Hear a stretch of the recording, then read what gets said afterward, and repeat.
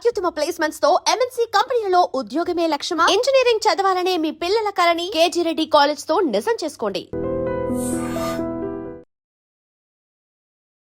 ఈటెల రాజేందర్ బయటకు వచ్చేసిండ్రు. 7 సార్లు ఎమ్మెల్యే, తర్వాత ఎంపీ. ఎట్లా ఉంది ఇప్పుడు మీకు? బీఆర్ఎస్ పార్టీ బాగుందా, బీజేపీ బాగుందా అంటే ఏం చెప్తారు? ఎల్లుండే సమస్యలు అందులో ఉంటాయి. రాజకీయాలు అంటేనే సమస్యలు, రాజకీయాలు అంటేనే వైరుధ్యాలు, రాజకీయాలు అంటే ఆధిపత్య పోరు, ఇవన్నీ ఉంటాయి. ఇవన్నీ లేకుండా రాజకీయాలు లేవు. ఇది ముళ్ళబాట, ఇది మంచి నేషనల్ హైవే లెక్క రాచబాట కాదు, ఇది ముళ్ళబాట.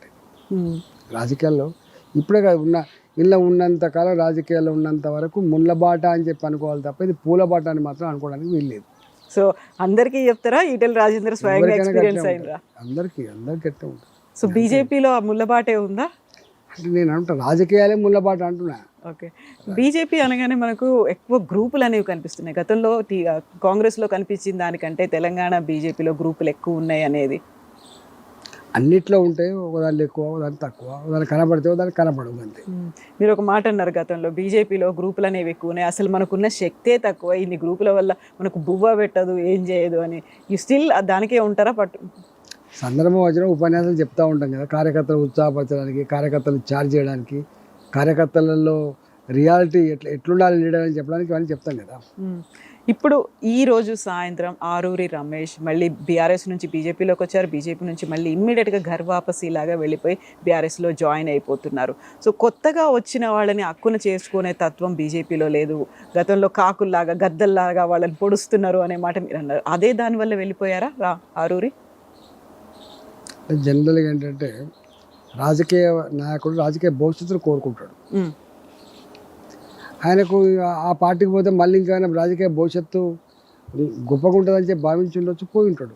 సొంత ఇంటికి వచ్చిన ఫీల్ ఇప్పుడు మనం చూస్తున్నాము, దేశవ్యాప్తంగా ఉంది. అందులో తెలంగాణ ఏం మినహాయింపు కాదు, ఆంధ్రప్రదేశ్ ఏం మినహాయింపు కాదు. మీరు చూసిండ్రు, నిన్న ఒక పార్టీ గుర్తు మీద గెలిచి నెక్స్ట్ డే ఇంకొక పార్టీలో పోయిన వాళ్ళని చూసినాం మనం. యాంటీ డిఫెక్షన్ లా ఇంత స్పష్టంగా ఉన్నప్పటికి కూడా యాంటీ డిఫెక్షన్ లా యొక్క స్ఫూర్తిని మట్ల కలిపి ఎంత విశృంఖలంగా దానికి ఉల్లంఘనకు పాల్పడుతుందో మనం చూస్తున్నాం. అది గెలిచినోడు పార్టీ గుర్తు మీద గెలిచినోడే పోగా దిక్కులేంది, ఈ వాటిగా ఈ నాయకులు వస్తారు పోతారు కదా, దానికి ఇక్కడ ఉండదు. అంటే ఎథిక్స్ లేవు, వాల్యూస్ లేవు, సిస్టమ్ లేదు. అందుకని ఏ నాయకుడు అడుక్కోవాల్సి వస్తుంది, నువ్వు ఏ పార్టీలో ఉన్నావు ఇప్పుడు అని.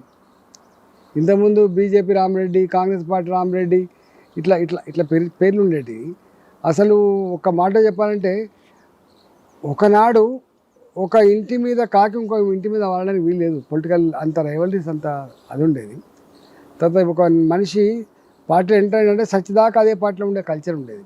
కానీ ఇప్పుడు అట్లా కాదు. ఇవాళ ఈ పార్టీలో ఉంటాడు, మళ్ళీ తెల్లారే ఇంకొక పార్టీకి పోతాడు, మళ్ళీ అక్కడ నచ్చకపోతే అక్కడి నుంచి మళ్ళీ ఇంకొక పార్టీకి పోతాడు. అంటే బట్టలు మార్చినంత తేలికగా రాజకీయ పార్టీలు మారే పరిస్థితి కనబడుతున్నప్పుడు ఇది ప్రజాస్వామ్యానికి మంచిది కాకపోవచ్చు. ఇది విరగొరకనట్టుగా ఎక్కడో విరిగిపోతుంది. సో రాజకీయాల్లో శాశ్వత శత్రువులు, శాశ్వత మిత్రులు ఉండరు అన్నట్టుగా ఇప్పుడు వాళ్ళు దాన్ని ఒక బెస్ట్ ఎగ్జాంపుల్ లాగా తీసుకోవచ్చు కదా అంటుండ్రు కదా. ఇప్పుడు జరుగుతుంది కదా, ఇది ఒకటే ఎందుకంటే అనేక ఉన్నాయి. బీజేపీ ఆరూరి రమేష్ని ఎందుకని మిస్ చేసుకుంది? ఆయనలాగా తెలంగాణలో first term, second term elections అప్పుడు అంత మెజారిటీ వచ్చినటువంటి లీడర్లు ఎక్కువ కనిపించలేదు. అలాంటి ఒక పవర్ఫుల్ లీడర్ మీ దగ్గరకు వచ్చిన తర్వాత మళ్ళీ ఇమ్మీడియట్గా వెళ్ళిపోవడం ఏంటి అసలు?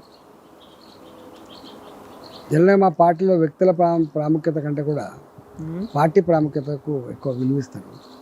బాగానే వస్తుంటారు, పోతుంటారు, పెద్ద పట్టించుకోరు. ఈటెల రాజేందర్ పేరు ఎందుకు వినిపిస్తుంది? ఘర్వాపసిలో ఈటెల రాజేందర్ కూడా ఉంటారు, మీరు వస్తే బాగుంటుంది అనేది ఒక బీఆర్ఎస్ నుంచి కూడా ఒక వాదన అనేది ఉందని. ఇక వాళ్ళే ప్రమోట్ చేస్తా అంటారు, ఇట్లాంటివన్నీ వాళ్ళే ఇట్లాంటివి ప్రమోట్ చేస్తారు. వాళ్ళని అడగండి, చెప్తారు. మీరేమంటారు? నేను అనేకసారి చెప్పున్నా, మళ్ళీ ఏం చెప్తా, అది అరిగిపోయింది. మళ్ళీ అదే ఎందుకు వస్తూ ఉంటుంది? ఊరికే వాళ్ళకు అంధకారం కనబడ్డప్పుడు, ఓకే, వాళ్ళకి అంధకారం కనబడ్డప్పుడు, లేదా వాళ్ళకు అధికారాన్ని మళ్ళీ చేజిక్కించుకోవాలంటే ఆడడం ఉన్నప్పుడు, రకరకాల అవసరాల కోసం ఇట్లాంటివి చేస్తూ ఉంటారు. బీజేపీ ఎట్లుంది అంటారు మీరు? బీజేపీలో మీరు కంఫర్టబుల్గా ఉన్నారా, లేకుంటే గ్రూపుల వల్ల కొంచెం ఏమైనా ఉక్కిరి బిక్కిరి అవుతుందా, సఫకేషన్ లాగా ఉందా మీకు? నేను ఇంతకుముందు ఒక మాట చెప్పిన, రాజకీయాలు ముళ్ళబాట అని చెప్పిన. అవును. రాజకీయాలు ఇట్లా బాగా ఫుల్ రోజువారీగా సంతోషంతో రోజువారీగా ఇట్లా అన్ని సమకూరేటువంటి వ్యవస్థలు ఉండవు, ఎవరికి ఉండవు, గుర్తుపెట్టుకోండి. సో ఇక్కడ ఆ, కిషన్ రెడ్డి వర్గం ఒకటి, బండి సంజయ్ వర్గం ఒకటి, ఆ తర్వాత రఘునందను, ఈటెల రాజేందరు, లేకుంటే ధర్మపురి అరవింద్, ఇలా 8 మంది ఎంపీలు 8 మంది డిఫరెంట్గా ఉన్నారు అనే ఒక మాట అట్లా బయట అనుకుంటారు కానీ అట్లా ఉండవు. ఉండదా? నిన్న ధర్మపురి అరవింద్ ఒక మాట అన్నాడు, నేను రఘునందన్ కలిస్తే బీఆర్ఎస్ పార్టీని గల్లంతు చేస్తాము అనేటువంటి మాట. అక్కడ కేవలం ఆ ఇద్దరే ఉన్నారు, మొత్తం బీజేపీ గురించి చెప్పలేదు ఆయన. తెలియదు మరి వాళ్ళు ఏ కాంటెక్స్ట్ అన్నారో వాళ్ళని అడగండి. ఓకే. సో ఇప్పుడు ఈటెల రాజేందర్ నెక్స్ట్ అధ్యక్షుడు అవుతారా, కేంద్ర మంత్రి అవుతారా? ఇప్పుడు తెలియదు కదా, ఏమీ తెలియదు మీకు అసలు. ఇప్పుడు అధ్యక్షుని అవుతానా లేకపోతే మంత్రి అవుతా ఎట్లా చెప్తారండి మాది. సో ప్రధానంగా రామచందర్ వచ్చిన తర్వాత కావలసినటువంటి, లేకుంటే అంత పవర్ఫుల్గా ఉండాల్సినంత బీజేపీ లేదు, అంత అగ్రెసివ్నెస్ కనిపించట్లేదు, చాలా సాఫ్ట్గా ఉండడం అనేది కలిసి రాలేదు అనేటువంటి ఒక మాట ఉంది. సో అందుకని బండి సంజయ్ని మళ్ళీ అధ్యక్షుడిగా తీసుకొస్తారు, మిమ్మల్ని కేంద్ర మంత్రిగా తీసుకెళ్తారు అనే మాట. తెలియదండి, ఏమీ తెలియదు మీకు అసలు ఏం జరుగుతుంది అసలు బీజేపీలో అనేది. రొటీన్గా మా కార్యక్రమాల్లో మేము నిమగ్నమై ఉంటాం తప్ప ఏముంటుంది. మీ కార్యక్రమాల నిమగ్నం అంటే పొద్దున వచ్చింది మొదలు ఆల్మోస్ట్ బయట ఒక 50 కార్లు ఉన్నాయి, ఒక గ్రూపులుగా ఒక 6-7 గంటలుగా వాళ్ళతో మాట్లాడినారు. అయినప్పుడు మీరు మల్కాజిగిరి ఎంపీ అయినప్పటికీ కూడా హుజురాబాద్ని అస్సలు వదులుకోదలుచుకోలేదు, హుజురాబాద్ మీద కంప్లీట్ హోల్డ్ అనేది మీరే పెట్టుకోవాలని ఉన్నది అనేది. అట్లేం ఉండదండి, మేము ఒక హుజురాబాద్కో ఒక మల్కాజిగిరికో పరిమితమైన నాయకులం కాదు కదా. మేము జనరల్గా మొత్తం తెలంగాణ వ్యాప్తంగా ఎక్కడ పోయినా ఓ తెలంగాణ ఉద్యమకాడిగా ఉంటుంది. తెలంగాణకు ఆనాడు ప్రజలకి ఎక్కడ సమస్య వచ్చినా వాలిపోయే బిడ్డగా, తెలంగాణ సమాజానికి ఎక్కడ గింత ఇబ్బంది జరిగినా పోరాటం చేసినటువంటి బిడ్డగా మాకు గుర్తింపు ఉంటుంది. రాష్ట్ర మంత్రిగా పనిచేస్తుంది, మంత్రి అంటే ఒక జిల్లాకు మంత్రి ఉన్నాడు కదా, టెక్నికల్గా జిల్లాలో ఉన్నప్పటికీ కూడా తెలంగాణ వ్యాప్తంగా పరిచయాలు ఉంటాయి కదా. ఇప్పుడు బండి సంజయ్ హుజురాబాద్ నుంచి ఆయన కంటెస్ట్ చేయాలనుకుంటున్నారు నెక్స్ట్ అసెంబ్లీ ఎన్నికల వరకు, అప్పుడు ఈటెల రాజేందర్ ఏం చేస్తారు తెలియదు మరి నాకు. ఆయన అట్లా చేస్తుండొచ్చు ఆయన, మరి మీరేం చేస్తారు అప్పుడు? మీది నేనేం చేయాలని నేను నిర్ణయించుకుంటా. దానికి చాలా టైం ఉందా? టైం ఉంది కదా, చాలా టైం ఉంది కదా. ఇప్పుడు ఎందుకు, ఇప్పుడు ఇంకా 3 ఏళ్ళు ఉన్నది ఎలక్షన్స్. సో ఈటెల రాజేందర్ బండి సంజయ్ మధ్యలో అన్ని పాసిఫై అయిపోయినాయా కరీంనగర్కి సంబంధించి? ఊహాగానాలకు సంబంధించిన ప్రశ్నలకు ఆన్సర్ ఆయన ఉండదు. సో మీడియా ముందు కూడా మాట్లాడినటువంటి మాటలు, లేకుంటే కరీంనగర్ లీడర్ల మీద ఒక ఇండైరెక్ట్గా మాకు చేసినటువంటి స్ట్రాంగ్ స్టేట్మెంట్లు, కామెంట్లు, సందర్భాన్ని బట్టి మాటలు వస్తాయి కదా. సందర్భాన్ని బట్టి, అప్పుడున్నటువంటి సర్కమ్స్టాన్సెస్ని బట్టి, అప్పుడున్న భౌతిక పరిస్థితిని బట్టి, అప్పుడున్న వాడిని బట్టి, వెడిని బట్టి, జరిగిన పరిణామాలను బట్టి మాట్లాడుతుంటాం కదా.